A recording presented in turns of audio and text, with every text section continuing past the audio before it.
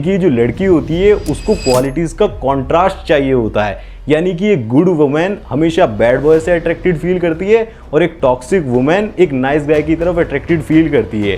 But शादी के time पर उसको स्टेबिलिटी चाहिए होती है। जहाँ पर अर्ली 20s के अंदर एक लड़की को सिर्फ थ्रिल और एडवेंचर चाहिए होता है, वहीं पर मिड 20s में आते आते उसको एक फोकस्ड और एम्बिशियस बंदा चाहिए होता है और 30+ होने के बाद उसे लाइफ में बहुत ज़्यादा स्टेबल और मैच्योरिटी वाला बंदा चाहिए होता है। तो ये कॉन्ट्रास्ट ही उसे बहुत ज़्यादा अट्रैक्टेड फील कराता है।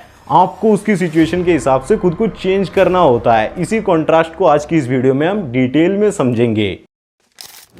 सबसे पहले समझते हैं why good women fall for toxic man. Excitement feels like love. यहाँ पर टॉक्सिक मैन की अनप्रिडिक्टेबिलिटी और पैशन की वजह से लड़की के अंदर जो एक्साइटमेंट वाली फीलिंग पैदा होती है ना, उसको वो रियल लव समझ बैठती है, but that's not real love. बाद में जाकर समझ आता है, इसीलिए तो वो नाइस गाय को चूज करती है। Confidence masks toxicity. वो होता तो रूड है लेकिन बहुत ही ज्यादा बोल्ड लगता है। जैसा कि मैंने आपको पहले ही बताया ना, रिलेशनशिप में कॉन्ट्रास्ट चाहिए होता है। मतलब बाकी सारे नाइस गाय उसे भर भर कर अटेंशन दे रहे होते हैं, वहीं पर एक ऐसा लड़का आता है जो काफी ज्यादा एटीट्यूड में रहता है, अपनी लाइफ को मेंटेन कर रहा होता है अपने हिसाब से, तो वो अलग दिखता है ना, बोल्ड दिखता है, इसीलिए अट्रैक्शन बढ़ता है। बट रियलिटी में वो रूड होता है। Danger triggers desire. उसकी जो रेकलेसनेस होती है ना, वही लड़की को थ्रिल देती है। कुछ भी कर गुजर जाने का जो एटीट्यूड होता है ना, कि उसे बिल्कुल भी रिस्क लेने से डर नहीं लगता है, वही उसके अंदर एक थ्रिल की फीलिंग को पैदा करता है और उसी से अट्रैक्शन क्रिएट होता है।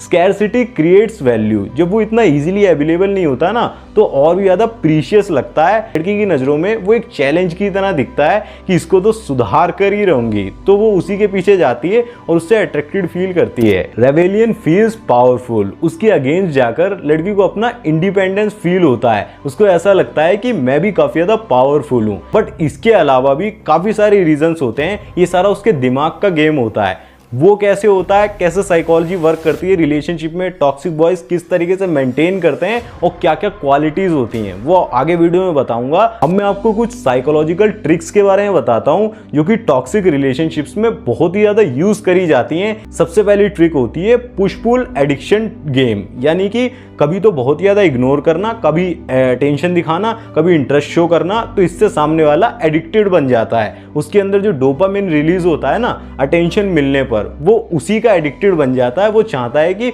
दोबारा से वो चीज मिले, वैसी फीलिंग्स दोबारा से मिले। वो उसे और भी ज्यादा क्रेव करने लगता है और सामने वाले पर्सन को मेंटली चेस करने लगता है। Gas lighting destroys self trust. लड़की जो होती है वो अपनी फीलिंग्स पर ही बहुत ज्यादा डाउट करना शुरू कर देती है। सामने वाला पर्सन गैस लाइटिंग का यूज करके उसे ऐसा फील करा देता है कि तुम्हें कुछ भी याद नहीं रहता है, या फिर जैसे कहते हैं कि तुम अपनी फीलिंग्स को कंट्रोल ही नहीं कर पा रही हो, तुम सब कुछ भूल जाती हो। तो वो अपनी फीलिंग्स पर, उसके अंदर सेल्फ ट्रस्ट खत्म हो जाता है, फीलिंग्स पर डाउट करने लगती है, सामने वाले पर्सन पर ही डिपेंड होना शुरू हो जाती है। वहीं से वो उसे मैनिपुलेट करता है। Jealousy sparks desire. Bad boys जो होते हैं ना, वो इंटेंशनली जेलिसी क्रिएट करते हैं। वो ऐसा फील कराते हैं कि तुम अगर चली गई तो मेरे पास और भी ऑप्शंस हैं। वहीं से जेलिसी की वजह से एक डिजायर पैदा होता है कि ये बंदा तो अपनी लाइफ में बहुत ज्यादा हैप्पी है, इससे जुड़ने पर ही मुझे हैप्पीनेस मिलेगी, और वो उस पर डिपेंड होती है। Inconsistency feels intense. कभी तो इमोशंस का फ्लोड आ जाता है, कभी अचानक से डिसअपियर हो जाता है। कभी तो भर भर कर जैसे कहते हैं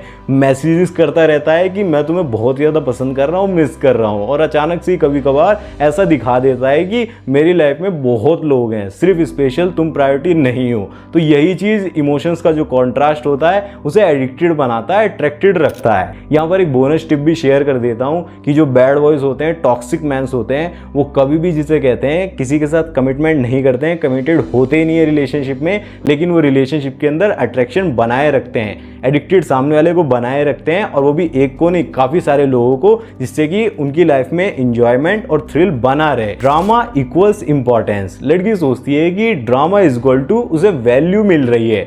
बैड बॉयज जो टॉक्सिक बॉयज जो होते हैं, वो जिसे कहते हैं उसके ड्रामास को हैंडल करते हैं कामली, तो उसको ऐसा फील होता है कि यहाँ पर ड्रामा करने से कोई फर्क भी नहीं पड़ रहा है और ये बंदा जिसे कहते हैं मेरी वैल्यू को समझ रहा है। अब समझते हैं कि how manipulation rewires your brain to ओबे।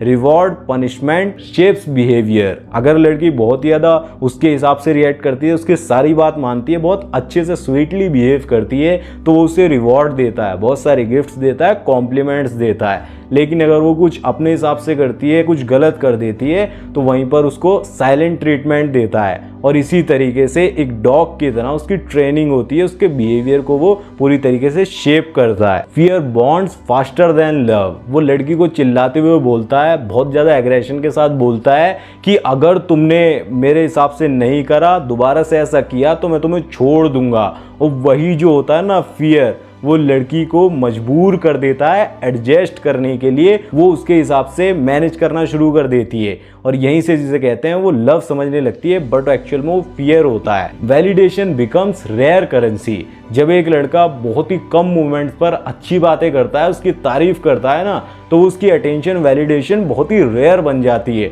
और लड़की और भी ज़्यादा उसे क्रेव करने लगती है और उसी के लिए वो ज़्यादा मेहनत करती है, ज़्यादा एफर्ट्स डालती है। Routine breaks resistance. रोज वो धीरे धीरे थोड़ा थोड़ा कंट्रोल करता है कि क्या पहनना है, कहाँ जाना है, किससे मिलना है, फिर वो धीरे धीरे सब कुछ ही नॉर्मल लगने लगता है। यही बिहेवियर वो अडॉप्ट कर लेती है, उसे ऐसा महसूस ही नहीं होता है कि उसे कंट्रोल करा जा रहा है। तो इस तरीके से रिलेशनशिप के अंदर, टॉक्सिक रिलेशनशिप के अंदर मैनिपुलेशन का यूज होता है। और एक पार्टनर कोई भी हो सकता है, वो टॉक्सिक मैन या फिर टॉक्सिक वुमेन, वो सामने वाले को अपने रूल्स के हिसाब से ही कंट्रोल करता है, मैनिपुलेट करता है। अगर आपको समझ में आ गया है कि आपकी रिलेशनशिप भी काफ़ी ज़्यादा टॉक्सिक है, पार्टनर आपको मैनिपुलेट कर रहा है या फिर कंट्रोल करने की कोशिश कर रहा है, तो 1-on-1 कॉल सेशन भी बुक कर सकते हो आप, मेरे से पर्सनली बातें कर सकते हो। उसका लिंक मैंने आपको डिस्क्रिप्शन में दे दिया है, आप चाहो तो चेक कर सकते हो। अब दोस्तों यहाँ पर काफ़ी इंपॉर्टेंट सवाल आता है, Y women sometimes go for the alpha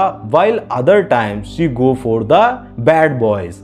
क्यों ऐसा आखिरकार होता ही क्यों है? अल्फाज जो होते हैं ना, वो प्रोटेक्शन देते हैं, but bad boys offer thrill.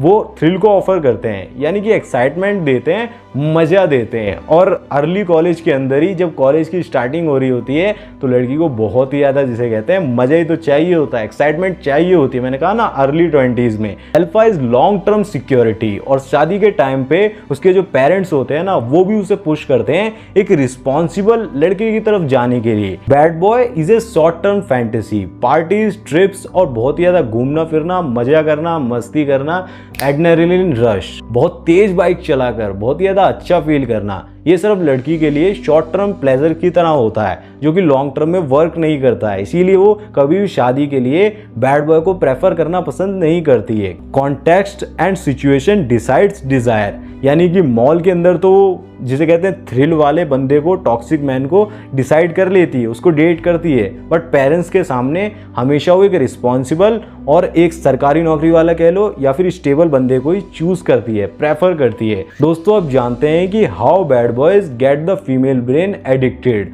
जो बैड बॉयज की जो अनसर्टिनिटी होती है ना, वो डोपामिन को रिलीज करती है। Uncertainty releases dopamine.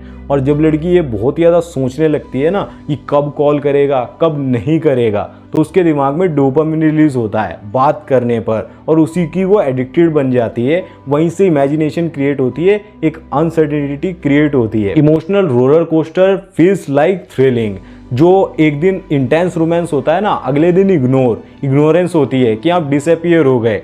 वही चीज़ काफ़ी ज़्यादा इंटेंसिटी को बिल्ड करती है और अट्रैक्शन वहीं से क्रिएट होता है, डिज़ायर क्रिएट होता है। वही इंटेंसिटी काफ़ी ज़्यादा एडिक्टिव होती है। जितना ज़्यादा आप इमोशंस का बहाव लेकर आते हैं ना, इंटेंस सिचुएशन को क्रिएट करते हैं जिसमें कि बहुत सारे इमोशंस आ रहे हों और उसे बहुत ही ज़्यादा अच्छा या फिर बहुत ही ज़्यादा बुरा फील हो रहा है, उतना ही ज़्यादा वो उसी सिचुएशन से, जिसे कहते हैं, रिलेट करके उसी इमोशन से अपनी मेमोरीज में आपको रिस्टोर करती है। इसीलिए हाई वैल्यू मैंस क्या करते हैं, टॉक्सिक बॉयज क्या करते हैं, जानबूझकर ही इंटेंशनली इंटेंस सिचुएशंस को क्रिएट करते हैं जिससे कि उसकी मेमोरीज में वो इमोशन से जुड़ जाएं। और वुमेन्स जो होती है वो अपनी मेमोरीज में इमोशन से जोड़कर ही चीज़ों को रखती हैं कि उस सिचुएशन में इस बंदे के साथ बहुत ज़्यादा अच्छा फील हुआ था तो अच्छा मान लेती हैं उस बंदे को, अगर बुरा फील हुआ है तो उसे कहते हैं बुरा मानती हैं। High status signals attraction. Mall के अंदर भी जब वो ये देखती है ना कि और लोग भी उसे ही नोटिस कर रहे होते हैं, उसकी फ्रेंड्स भी उसी के बारे में बात कर रही होती हैं कि वो लड़का कितना ज़्यादा अमेजिंग सा दिख रहा है, तो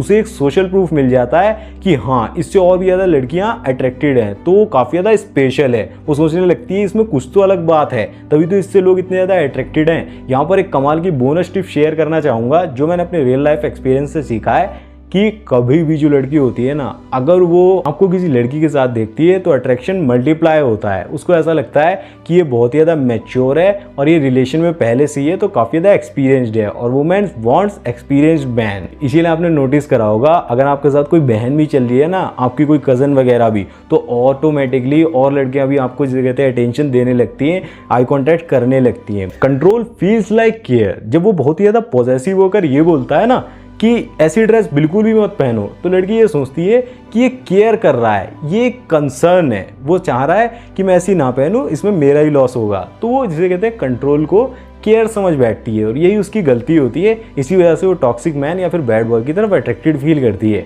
देखिए दोस्तों, हार्श रियलिटी ये है कि वुमेन थ्रिल के लिए तो बैड बॉयज को चूज करती है, टॉक्सिक मैन को चूज करती है, लेकिन स्टेबिलिटी के लिए, शादी के लिए हमेशा नाइस मैन को ही चूज करती है। लेकिन आप चाहो तो एक ही टाइम पर दोनों क्वालिटीज को अपने अंदर बैलेंस कर सकते हो। फिर आप सिर्फ किसी के लिए एक ऑप्शन नहीं रहोगे, आप एक वो बंदा बन जाओगे जो उसका डिजायर भी है और फ्यूचर भी। बाकी वीडियो को पूरा देखने के लिए धन्यवाद। अगर आप चाहते हो ना कि मैं बैड बॉयज की पर्सनैलिटी को और भी डिटेल में समझूं तो इस वीडियो में समझाया हुआ है, आप सोच सकते हो। उस वीडियो को देखकर भी काफ़ी कुछ आपको सीखने को मिलेगा। तो एक बार वीडियो को क्लिक करके जरूर से देख लेना। वीडियो को पूरा देखने के लिए धन्यवाद। जय श्री राम। अपना ध्यान रखें, खुश रहें।